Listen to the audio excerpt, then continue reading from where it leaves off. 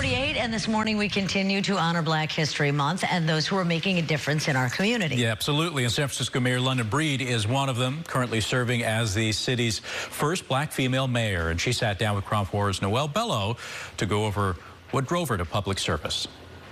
Is there ever like a pinch me moment for you? Every day is a pinch me moment because it's not something I thought was possible for someone like me. A native San Franciscan raised by her grandmother in the city's Western Addition neighborhood, London Breed is no stranger to San Francisco and its challenges. Growing up, going to so many funerals of people that I was just hanging out with him, or we were just at this event together. People all around me were suffering, especially with gun violence and drugs and poverty.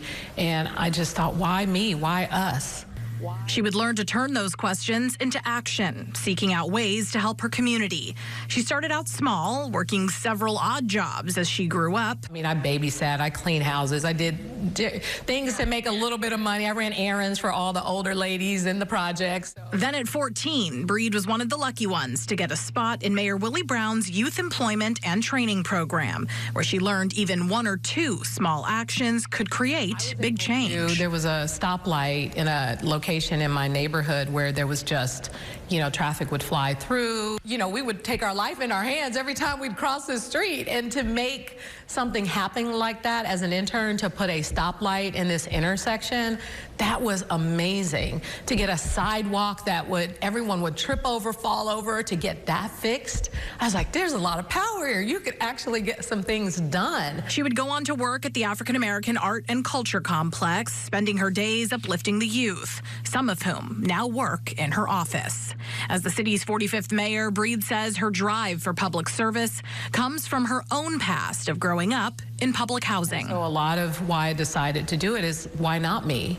Why not someone who's lived through really challenging times, who could help make or shape the kinds of policies that will hopefully lead to some lasting change. And you feel you're on that path? I feel like we're on that path, but I got to tell you, it is hard every single day to just move the needle a little bit. She says she's prepared for criticism, making sure her health and well-being is top of mind. I can walk and chew gum at the same time. I take a lot of personal pride in showing up and being there. But I also think it is important to have a balance and to make sure that you don't get so consumed by the job that you don't take a moment to step away, because I think it makes you better. Breed remains proud of her tenure so far, specifically her response to COVID-19. We were able to get rid of the city bureaucracy and process and get down to doing what the people of San Francisco needed and deserved.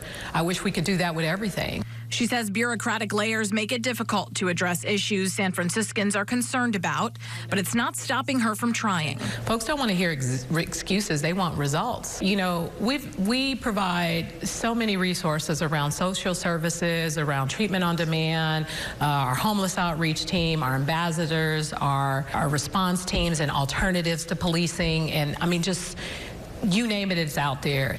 As she looks towards the legacy she wants to leave, the mayor highlights her Dreamkeeper initiative, an annual $60 million investment in her budget to support the black community.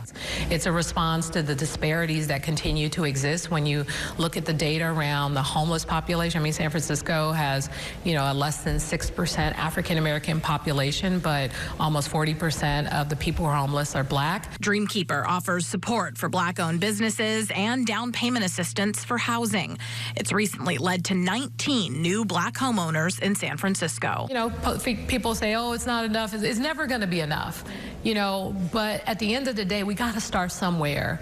And this investment is a start, and my hope is that it continues to change lives for the better. She credits her grandmother for being a solid rock for her during challenging times and offers this advice to young people in similar situations. I would just say that never let your circumstances determine your outcome in life. In San Francisco, Noelle Bellow, Crown 4 News. And we have an entire section on our website dedicated to Black history.